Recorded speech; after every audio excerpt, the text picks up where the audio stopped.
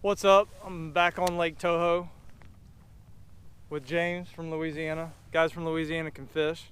We're out here on Toho. It's kind of cool out, not freezing cold, but it's cool. It's cold enough for me. Water's 60 degrees. Everybody knows, as a result of that Bassmaster tournament last week, they were on a jerkbait bite. Jerkbait. All I've been hearing, jerkbait. My co-angler caught him on a jerkbait. I don't want to talk about that anymore. Came out to one of my top secret spots this morning throwing jerkbaits, and I had one short strike, right? That was it. I had one short strike, so I picked up my old trusty trick worm and didn't have the cameras out. Anybody that see my videos, you know I'm really bad at doing that, catching a few fish and then deciding let's get this on video. But I caught one first, like I think my first or second cast with a worm that was probably just shy of 5 pounds, looked like a big pre-spawner. Switched him over to a worm. And a couple of casts in that, you had one about the same size. Yeah. He had one up to the boat that was about that same size, 4.5 pounds, and it jumped off. And then we've caught a couple other ones. And being the bad YouTuber I am, we've caught like 5 now in the past half hour. I said, well, let's get this on video after we've caught all these fish. So I got the cameras out anyway. I put up a picture of that one I caught, just so you know I'm not lying to you, in case the rest of the day goes south. But it's nice and overcast, light wind, 60-degree water. Supposed to warm up a little bit today, and we're gonna fish some offshore stuff. Nothing fancy. Got some new additions coming to my YouTube channel soon. I'm getting a drone. Not a big surprise. Getting a drone, so maybe I'll get some good footage of me crashing into the lake, something like that. Stay tuned. We'll see what happens. All right. So before we get started with this video today, I want to mention Shop Karl's. This video is sponsored by Shop Karl's. It's a great place to save a lot of money on fishing tackle.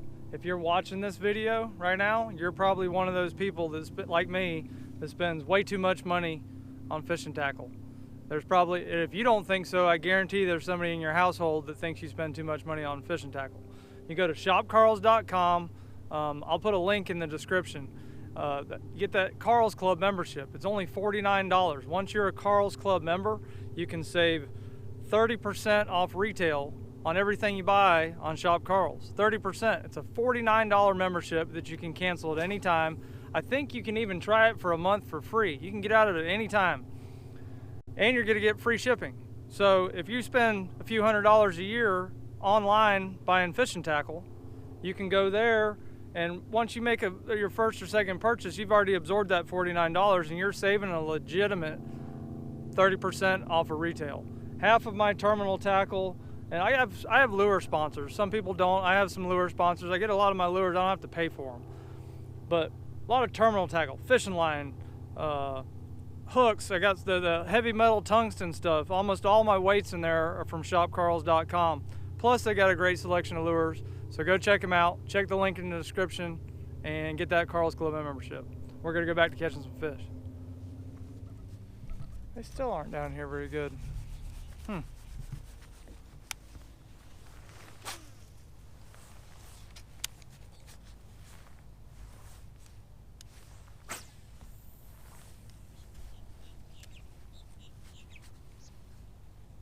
There's one.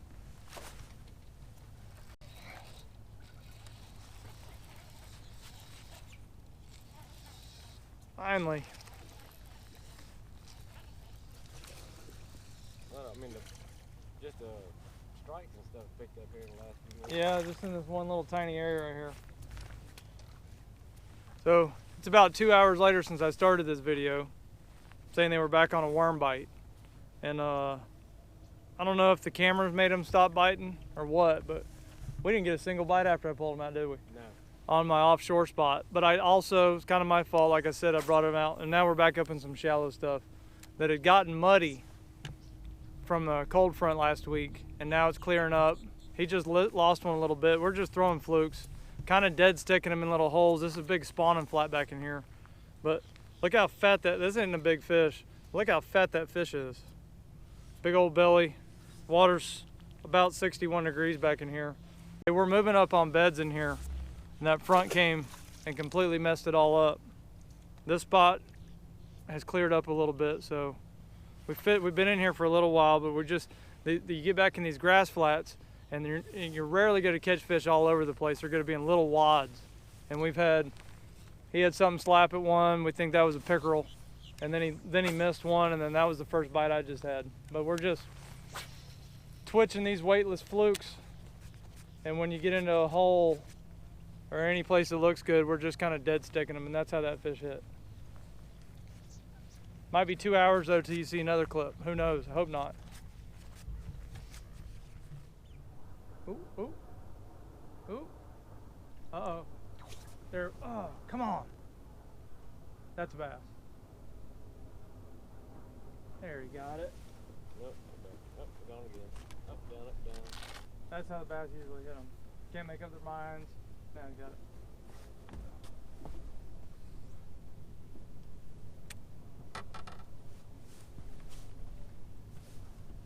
There you go. I don't think he's huge, but it does mean there's fish here. Oh, he's way bigger than I thought. Yeah, I can feel the way he was. He was decent. We snuck a little shiner fishing in. We didn't come out here to shiner fish, but when this water's cold here in Florida, sometimes the artificial bite's not that great. We're back offshore, out of the grass. Try those talons are down too. That fish was lethargic. Oh. Did he go around the talon? Nope. Ooh, thought he did.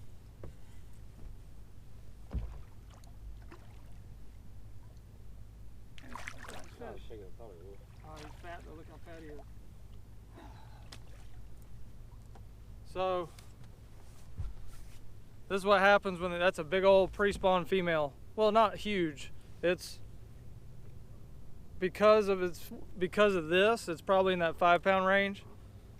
We've only been shiner fishing for like 10 minutes. Yeah, 10 minutes. And we caught that one. Nice Florida largemouth. Didn't look that big when he hit it.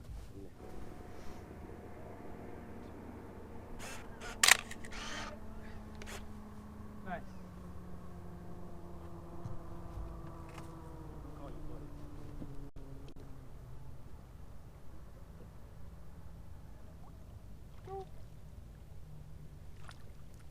All right. Okay. Whoop. See, fish came right back. I just click it in, get it tight, and set it. Don't give him a chance to let it go. There we go.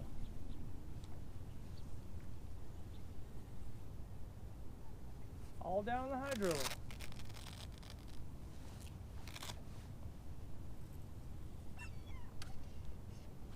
There he comes.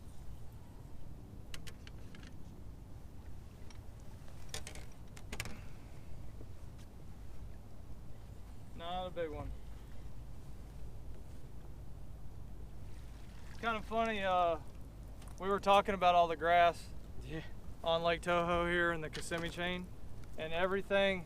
I field phone calls and stuff and emails and text messages and social media messages all day long, every day, about how all the grass has been decimated up here. Yeah, and I understand he's heard about it too before he came fishing with me.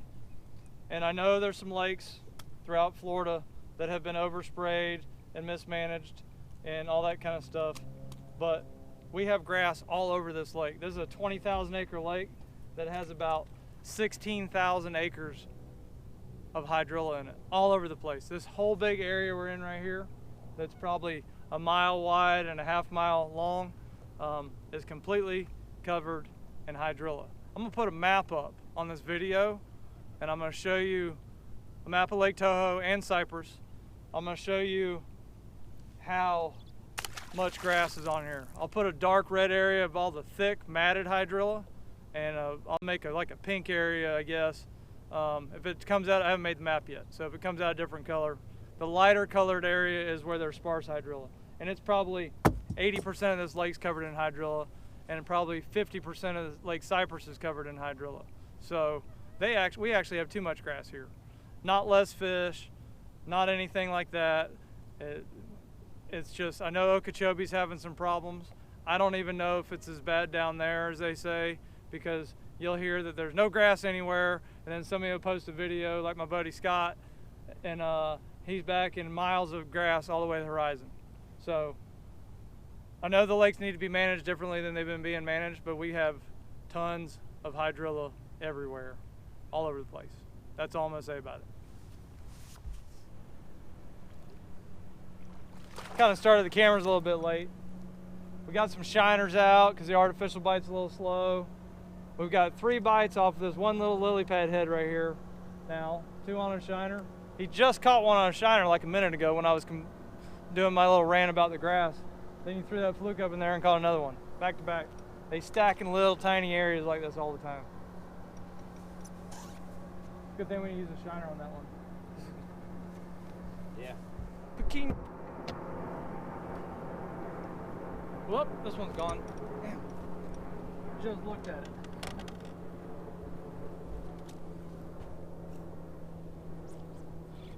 Got him?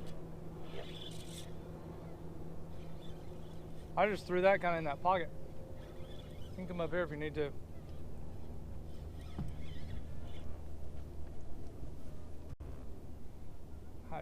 Should rip out of that hydrilla.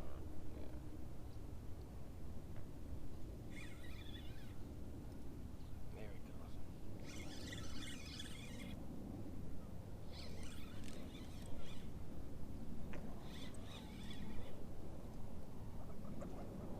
All the hydrilla we don't have. Yep. Little bitty one. The baby bass. Oh, he's not as small as I thought. Man, all these fish keep getting buried up in all this hydrilla we don't have anymore on Lake Toho. It's kind of crazy. There's 2 3/4 pounds of fish and 4 pounds of hydrilla. Ain't bad one. No. He's been caught before. Chunk.